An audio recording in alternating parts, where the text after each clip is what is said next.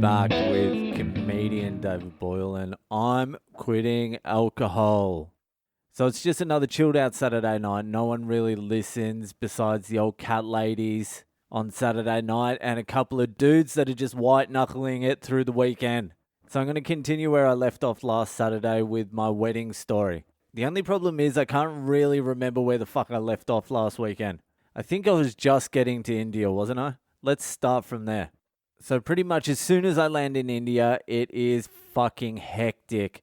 I'm just getting fucking taken from house to house. I need to meet every single fucking auntie, cousin, niece, nephew, family friend, postman, chai seller, family enemies. I had to go to everyone's house. That's what my first week in India was before the wedding, was just going to house to house to house. That's what it's always like in India when you first arrive, actually. Not just for the wedding, but the wedding is amped up like fucking 1,000%.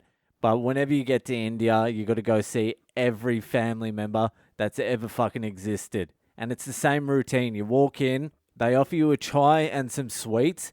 And when I say offer, I'm using that very loosely. They force a chai and some sweets onto you. And then it's something to eat. And then it's like a banana. And then it's more sweets. And then it's off to the next house for exactly the same thing. And it's almost impossible to say no as well. If you don't want a chai or some sweets, you literally have to start swinging. You have to start knocking old ladies out. So I'm getting whisked from house to house. It was just a fucking blur. I don't even know what the fuck was going on. But I was treated like a fucking king. I'd be sitting in some great long lost auntie's house with like 30 people around me. I'd be sitting on the couch talking to like the auntie or whoever the head of the house is. And there would just be 30 people fucking staring at me. Just watching my every move. I was like Princess Diana or some shit. So that lasted about a week. Just going to visit people took a fucking week. And that's from first thing in the morning till like fucking dinner at night. There was like 4 things to do every fucking day. And at this stage, I'm just there by myself. I don't know fucking anyone except for my future wife. And on top of visiting everyone, I had to go see the venues for like the fucking 5 different events that was going to happen. I'm like, I don't really need to see the venues. Like, what am I going to say? No. And I'd say shit like that. And then my wife would get angry and then we would start fighting. And then someone would offer me a chai and then I'd get angry because I'm fucking got tits now. I tell you this though, it was hectic, but fuck, I took to fame really easily and quickly. I was completely fine with it all. But anyway, after I'd been in India about a week or 10 days, whatever it fucking was, my friends started rolling in just in time because I was ready for them to start fucking coming in. So I decided, like a fucking champion host, that I would go and meet every single one of the guests at the airport. I would greet them and I'd take them back to the hotel. And everyone was staying in the same hotel. The fucking Chairman's Club Hotel in fucking Bangalore. Just a normal run-of-the-mill hotel with a nice outdoor area, a nice restaurant, and a fucking nightclub down the bottom. Somehow there was a nightclub down the bottom. Anyway, I'll get back to the Chairman's Club later. It's a very important character in this fucking story is the Chairman's Club Hotel. So anyway, my friends and family started fucking dripping in. I decided that I'm going to pick every single one of them up at the airport. And that was a stupid fucking idea because they were arriving at like 2 a.m. and shit like that. And on some nights, people would come at 11 p.m. and someone would come that same night at 2 a.m. So I was doing 2 trips and I was fucking going insane. So I'd be up till like 4 a.m. picking cunts up because they also had to go through fucking Indian customs as well. And then I would get like 3 hours sleep. And then I'd have to do whatever fucking wedding duty was on that day. I mean, I wasn't really contributing to the wedding decisions, but people liked having my head around.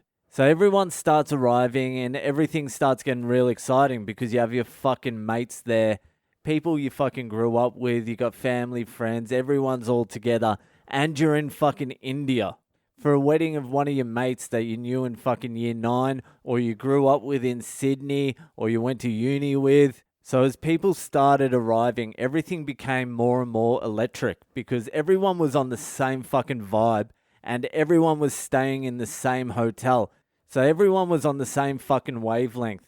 You know how when you take acid or shrooms or something like that, you take them with like 6 people, everyone does it, everyone's on the same fucking wavelength, but there's like a couple of people that didn't take it and they're not on that wavelength. Well, there was no one who wasn't on the wavelength. Maybe there was a couple of people, but I'm not going to mention them. A lot of my mates from different eras, different epochs in my life hadn't really met each other before, and they were all getting on like a house on fire. And then I started to think, this has a potential to fucking blow up. I mean, the Indians aren't really used to having like 40 animal fucking Australians dressed in wife beaters and board shorts with thongs on, flip-flops on, just day drinking at 7 a.m. on a Monday at the Chairman's Club Hotel. It's not a fucking Thai resort. So I am starting to get a little bit stressed because there's some fucking big drinkers in this crew. I mean, I'm teaming up cunts like fucking Dino with Shawnee and Gav with Morgs. It's fucking precarious. So I start giving everyone like the rundown, the spiel. I'm like, listen, you can't be yourselves over the next 2 weeks. Whatever your instincts are, do not do that. Horn, no shoving MD in your ass this trip. I'm giving everyone the spiel. I'm like, you can drink. Obviously, I'm not going to stop you from drinking, but let's put a fucking lid on it a little bit, okay? How about we act like normal human beings for the next week, huh? And they're just like, who are you, Boyle? Get the fuck out of here. We're drinking. And they did start drinking just about every fucking morning. And you got to understand, the more you try and keep these cunts in check, the more they're not going to listen to you. So I had to balance it. I could never let them fully know how fucking stressed I actually was about what they were doing. And the reason I was so fucking stressed is because my wife's dad knew the owner of that hotel and sorted out the deal for everyone to stay there. So the owner is watching everything everyone's doing and reporting back to my wife's dad. So I'm like, all right, fucking hell. But I was really stressing for no reason because everyone was fucking amazing. I had a mate who I went to high school with come over from Spain, and he has this big fucking head of hair. He's like 6'5". He just looks like a Rastafarian. And the Indians just fucking loved him. He would be walking down the street. They'd be taking photos of him. All the girls wanted to be around him. Like, everyone loved fucking Sammy T. But everyone else was fucking amazing too. There was a little bar downstairs called Bangers. The chairs at the bar were like horse saddles, and there were fucking towers of beers everywhere. That's where we spent a lot of the time down there. One of my mates, Sean, would be down there like 7 a.m. and then he'd go for a walk around the street to find another bar. He was on the fucking hunt. So over a few days, over about 4 or 5 days, everyone started arriving. We were hitting the town. We were going out and partying and coming back and hitting bangers downstairs, and everyone was going wild, but in a good energy type way. Not in a Boyle type way. If it was me, I would have fucking trashed the whole thing. But I had to stay on my best behavior. I was getting hammered too, but just not my normal amount of hammered yet. That came a little bit later. So one of the days, my wife's dad comes up to me and says, I want to play a game of cricket, Australia versus India. It'll just be a bit of fun. And I'm like, look, these aren't the cricket playing crew. There's some more guys coming that are actually really good at cricket. These guys here, the only thing they're good at hitting is the bong.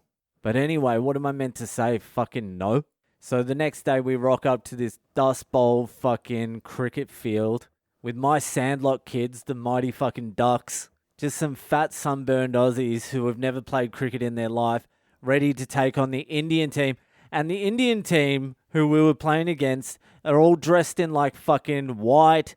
They're all fucking in their uniforms. They're training. We're all hungover as fuck from the night before, including myself. We don't even know what the fuck's going on. The Indian team are really fucking taking it seriously. And because there's a bunch of white people, a crowd starts building around the fucking ground. So I open the batting and I just start swinging. I hit one straight to a fielder, then I miss the next ball, and then I hit the very next ball straight up into the air. So I was out. And then a couple of my mates, Horn and Ashcroft, put on a big fucking partnership, like a 40-run partnership. And then we all got bowled out. And then the Indians came on and fucking wiped us. It was all done pretty fucking quickly, and it was very fucking embarrassing. It was probably not worth playing. That's how fucking humiliating it was. But after the cricket came the Bucks. my Bucks night and the Hens night combined. So all my friends and all my wife's friends went out to a rural property about 2 hours out of Bangalore for a fucking party, and that got wild. And I'll leave that till next week. I don't know if this is interesting, but I'm going to continue with it anyway. Alright, that's it for tonight. I'll see you the fuck later.